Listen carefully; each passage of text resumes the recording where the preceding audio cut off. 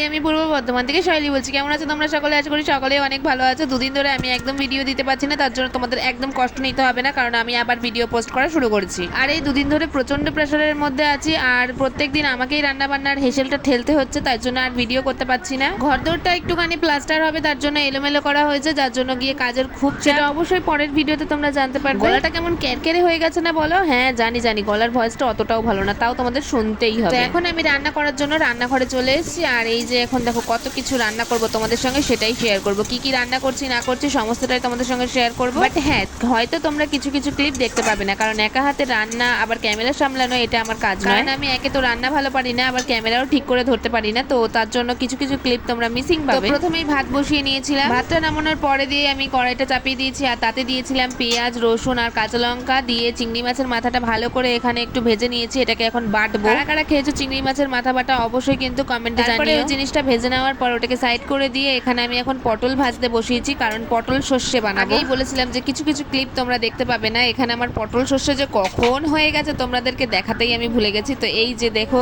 খেতে কেমন হয়েছে জানি না, বাট কালারটা বেশ দারুণ এসেছিল। আর ওদিকে আমি এঁচড় সেদ্ধ করতে বসিয়ে দিয়েছিলাম, এঁচড় চিংড়ি করব বলে। ফার্স্ট টাইম এঁচড় চিংড়ি করব, তার জন্য তো ভীষণ নার্ভাস ছিলাম যে কি হবে না হবে। এখানে এঁচড়ের আলুগুলোকে ধুয়ে নিচ্ছিলাম, তারপরে আমি এখানে কড়াইতে এঁচড়টা নামিয়ে মাছ ভাজতে বসিয়েছিলাম। তো এখানে মাছটা এত ফুটছে কি আর বলবো, তাই এখানে থালাটা একটুখানি প্রোটেকশনের জন্য দিয়ে রেখেছিলাম। যাই হোক, অনেক যুদ্ধ জয় করার পর এই যে মাছ কটা ভাজতে পেরেছি সুন্দর করে। তোমরাই বলো কে আমাকে এত নিষ্ঠুর ভাবে কাঁদিয়েছে, তোমরাই বলো দেখি, তোমরা কে কে বলতে পারো। আমি বলে দিচ্ছি তোমাদেরকে, আর বলতে হবে না। দেখো এই যে শিলনোড়ার ওপর রয়েছে, এটাকে বাটতে গিয়ে আর কাটতে গিয়ে আমার চোখ থেকে টপ টপ করে জল পড়ছে। এটা হচ্ছে কি এঁচড় চিংড়ি করার মশলাটা, সেটাও আমি তোমাদের পুরোটা দেখাতে পারি। মাংসের মতন রসিয়ে কষিয়ে বেশ রসানো কষানো ভাবেই রান্না করছিলাম, বাট হচ্ছে গিয়ে খেতে অতটাও টেস্ট হয়নি। এর থেকে পটল ভাপাটা বেশি ভালো হয়েছিল। তো এখানে আমি এঁচড়টাকে রেখে দিয়েছিলাম যে আলুটা কষানো হয়ে গেলে তারপরে এঁচড়টা দিয়ে দেবো। তো যেরকম আর কি মা বলে গিয়েছিল সেরকমই আর কি করার চেষ্টা করেছিলাম। তো এখানে দেখো আলুটা কষানোর পর আমি হচ্ছে কি এঁচড়টা দিয়ে দিয়েছিলাম।